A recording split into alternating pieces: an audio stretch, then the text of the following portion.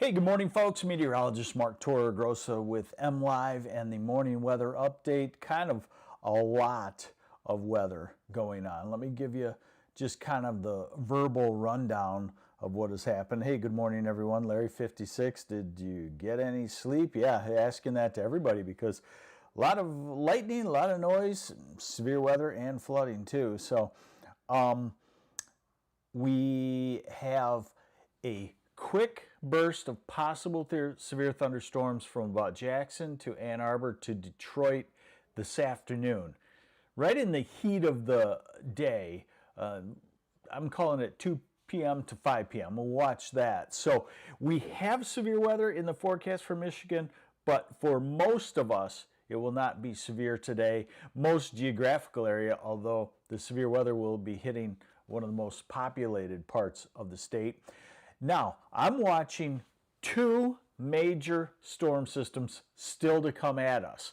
I don't feel like the modeling and the forecasts kind of portray that, so I'll show you what I mean, but there's a solid feed of tropical moisture, Gulf of Mexico moisture, and a large full-fledged storm system to our southwest that will come through tonight and tomorrow. That's another round of heavy rain. The good news, if there is any in this, is that that heavy rain will shift into the southern half of the state. Now you say in the southern half, we don't want that rain either, but it looks like the Sheboygan River watershed will have lesser amounts. Clyde, the Glide, the Bittner Road Bridge south of Traverse City, what we call Chum's Corners, basically, around the south side of Traverse City, kind of by the Menards on the south side. The bridge washed out. And that's a major road. That's a major road for those that want to take kind of outskirts way around Traverse City. So we'll look at that. Next storm system after that, Saturday, that's a strong one. Very strong dynamically. I will show that to you also.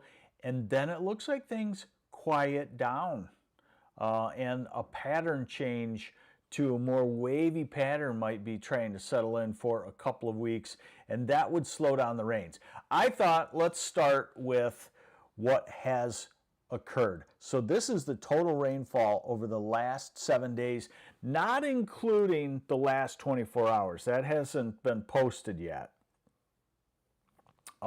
But you see the darkest reds around the Traverse City area to Cadillac and maybe toward Manistee and Ludington. That's 6 to 8 inches of rain in the last 7 days. So northern half of Lower Michigan, at least 2 inches. Southern half, you're soaked, but certainly not to the value. Now, we're going to add on last night's rain, which was 1 to 3 inches in many spots. So the excessive rainfall forecast, 15% chance of meeting flash flooding criteria, is in the southern third of the state. Today, tonight, tomorrow morning. And then we don't have any excessive rain forecasts after that. Give me just a second. Okay, there we go. There's an update. So here's our severe weather forecast for today. And I'll show you in just a moment on the radar forecast what it looks like. Hey, good morning, Go Blue SH, Freeport. Freeport got 2.2 1/4.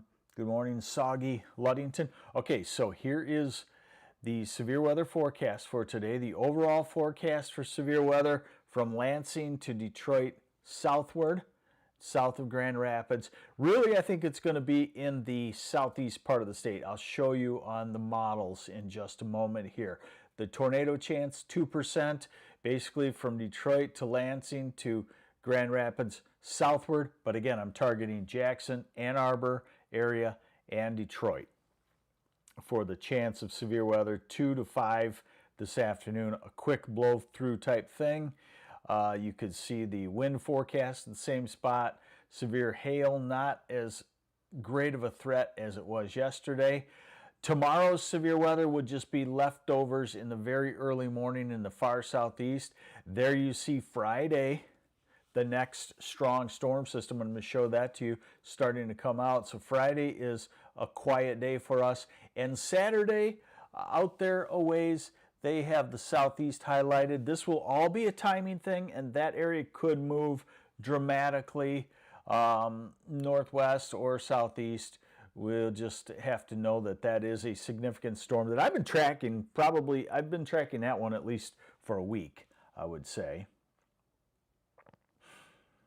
Let's see here. So here's the current radar, and it gives you an idea of the conveyor belt, is what we like to call this, conveyor belt of rainfall. So around the Detroit area, these are weakening. They're not severe, but they're adding insult to injury. And then the showers trail back into western Michigan, then down into Illinois, down into Missouri, and that's all feeding toward the northeast on a storm system that I think you will be able to see. Hopefully you like my style, folks, that I try to give you the bigger picture. You know, when I was in TV, we couldn't do that. They said, hey, keep it to 2 minutes and just tell us about the couple of main cities in our area and nothing, don't look out wider.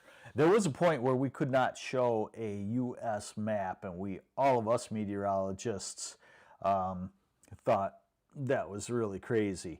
Rob Bruce, I'm 85 years old and live alone. Will Flint be okay tonight and today? Flint should be okay. You have more rain, thunderstorms on the way, some heavy rain, maybe 1 to 2 inches over the next 24 hours, but it does not look like it's severe weather. So here's your feed of a storm system. You can kind of see a rotation out in Nebraska, and then obviously you can see the feed of tropical moisture heading right toward us, and then the big white mass out in the Pacific Northwest, that is Saturday's storm system. So that kind of gets you updated on the big picture. Now let's look at the details, the smaller details, and we'll take it, you know, of area of importance one at a time. And like I've been saying, first area of importance is this afternoon right along the border, Hillsdale, Adrian, Jackson, Ann Arbor, Detroit, Monroe. There could be a burst of severe thunderstorms in there, and they would be a very quick hitting type thing, a half hour or so in any one spot. So let's look at the high resolution rapid refresh. This is 1 o'clock in the afternoon, 2, 3, 4, 5. So that clump right in there along the border would be the severe weather chance for today in my mind. So limited in coverage, potent, probably not as dynamic, and doesn't have as much capability of producing significant severe weather as yesterday, but sneaky for those of you in Jackson, Ann Arbor, Adrian, Monroe, and the Detroit area. Then we go into tonight, and the main wave starts to come toward us with areas of heavy rain. This is 1 o'clock, 2, 3 o'clock tonight. So not severe, but just areas of more soaking. If we hadn't had a whole bunch of rain in the last couple of weeks, this would be just a nice spring rain, but it's kind of an add insult to injury. This is 10 tomorrow morning, and the waves of rainfall just keep coming. So there'll be 3 to 6 hour waves of rainfall, and in each one of those waves, you could have a ½ inch of rain. In fact, let's grab this one right here while we're at it. Let's grab the total precipitation forecast off of it. Go Blue SH. How's the rain forecast for late next week? Outdoor project planned. It's slowing down, and I'll show that to you in a moment. So here's the total rainfall. Now this is this afternoon. So streaky thunderstorms in the southeast. And then we go through the overnight hours, and things we don't like to see is another 1 to 3 inches through the Traverse City, Cadillac area over toward Oscoda.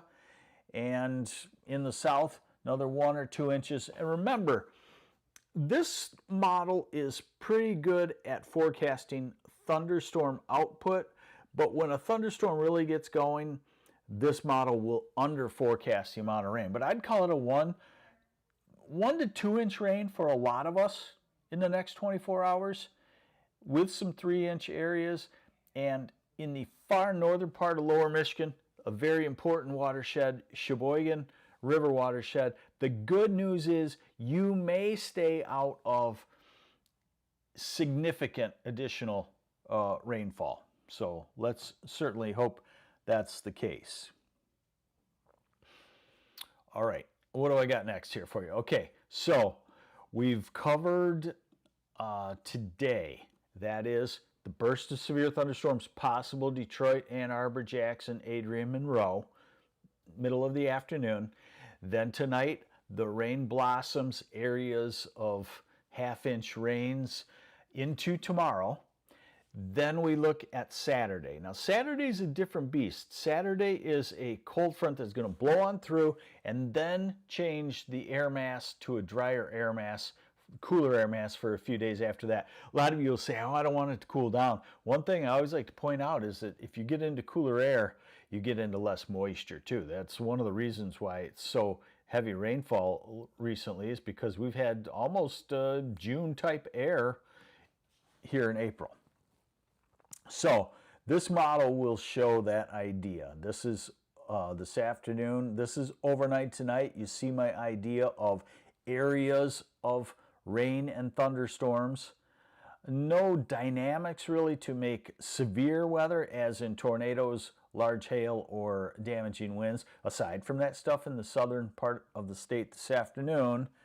Milnor 20, 1.4 inches of rain. Got the rain gauge out. I love it. This is tomorrow afternoon and evening, still rainy. So I feel like the world is undershooting the amount and nature of the rainfall coming. I think we're going to be quite wet tonight and tomorrow, just based on the solid look of the moisture on the satellite. This is Friday. Friday should be a dry day, believe it or not. And then here comes that next storm system. This is a cold front. This would have a lot of dynamics with it. I'll show that to you to produce severe weather, but the timing may help us. This would be Saturday morning. So if the cold front can stick on this timing, move through Saturday morning, get clouds going, rain showers, thunderstorms, we may escape severe weather. That pushes on. We get into the colder temperatures. Yes, you do see snow flurries up on Lake Superior and the UP, and that's a sign that the air mass has changed and finally kicked out to a colder thing. Hey, good morning, Jenny Steele. Hopefully you're doing well.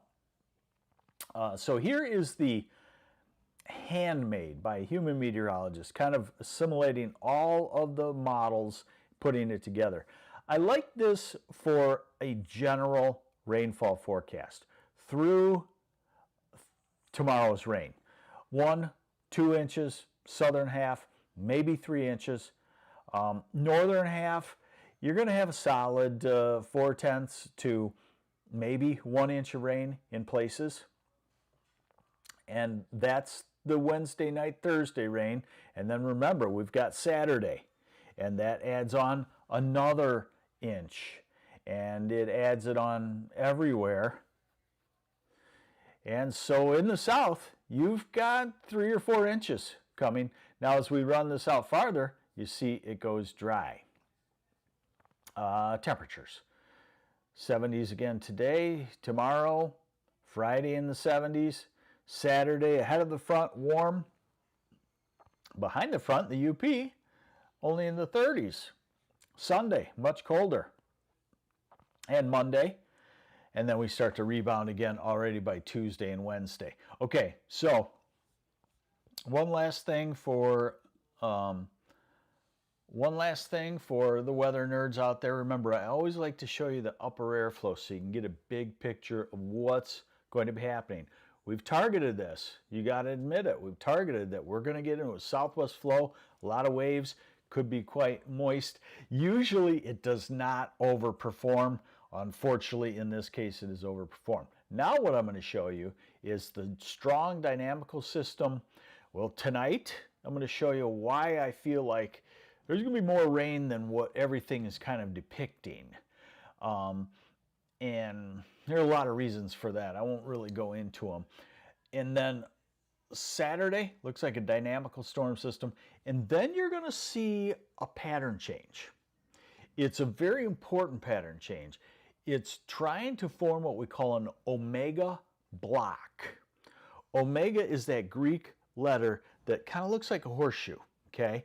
And what happens is when that forms in the jet stream, storms that come toward it just kind of go around it, either south or north, and it blocks, and that's why we call it omega block. And you're going to see that developing next week, and this could be a real saving grace for us, as it could turn us dry at least for a week.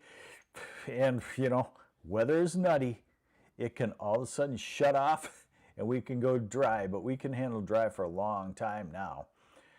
Okay, so I wanted to show you. So this is the forecast. See that little, we're looking for all of the bends in the jet stream. So this is tomorrow morning. See that bend in the jet stream in Iowa, Wisconsin, and we're ahead of it? That's the storm system that brings rain tonight, tomorrow morning, and by evening it's off to the east, comes to an end. This is Friday, and then you see that dynamical storm system that I'm talking about for Saturday. That's a cold front, comes through. There's a lot of jet stream energy there, so the timing will be very important, but hopefully right now the severe weather is off to our south and east. Then watch the change. Watch the omega block try to form. So next week the ridge blows back up. We got storm out west. We got a storm in the northeast. We get a really goofy looking upper air pattern. This is April 27th. This would say cooler. This would say showery, but it wouldn't say heavy rain. And then as we go out to April 30th, it's a warm flow. And it's kind of a broke down storm track flow. I'm not really sure that this is something that will last a long time, as in stopping the storm flow. I watch the Pacific Ocean, and you know, over the years, I just get a feel for, wow, there's 3 storm systems, mature ones out in the Pacific Ocean. That's going to translate to storminess across the middle of the U.S. Or there's only 1 storm or whatever. And the Pacific Ocean has been a real efficient storm producer. And I look for that to continue. And I wonder about this El Nino and potential super El Nino forming, because you just think about the basics. A big area of warm water about the size of the United States stretched across the equator, that puts off moisture in the atmosphere. And as storms come across the Pacific, they can pull that moisture up into the Central Pacific and feed onto it and come across the country. So I think we try to say that the El Nino does not have a correlation to weather in the U.S. at certain times of the year, like spring and early summer. And we do know it has a strong correlation to winter. But I think this one is going to be an enhancer of the current active storm track. So keep at it. You know, water is the most powerful force in nature, and it's tough to fight it. So do whatever you can to prepare your house. Downspouts away from the house, backup generator, test your sub pump. Well, it's already been tested in all over Michigan. Have a backup sub pump in case yours burns out. You know, it wouldn't be bad to run to the home improvement store and buy yourself a second sub pump and have the piping and the check valve already in it, and then you got the rubber Fernco if you want to connect it that way. That way, if something burns up and they're all sold out, you pop one in and save your basement. You got to think this way. And I'm seeing this all over the country, that I think folks Everybody's finally being affected by a severe weather situation, and you just don't believe it. You don't believe that weather can be that nasty. But when you are in ground zero of the truly long-lasting nasty weather, you realize the power of Mother Nature, and we should all do wherever we're at on our house, do the next thing that needs to be done to protect against Mother Nature. Like, if the next thing is you need gutters, put the gutters up if you can do it. All right, there you go. This is the MLive weather update. I'm MLive Chief Meteorologist Mark Torregrossa, and we'll certainly continue to keep you updated all day. Bye.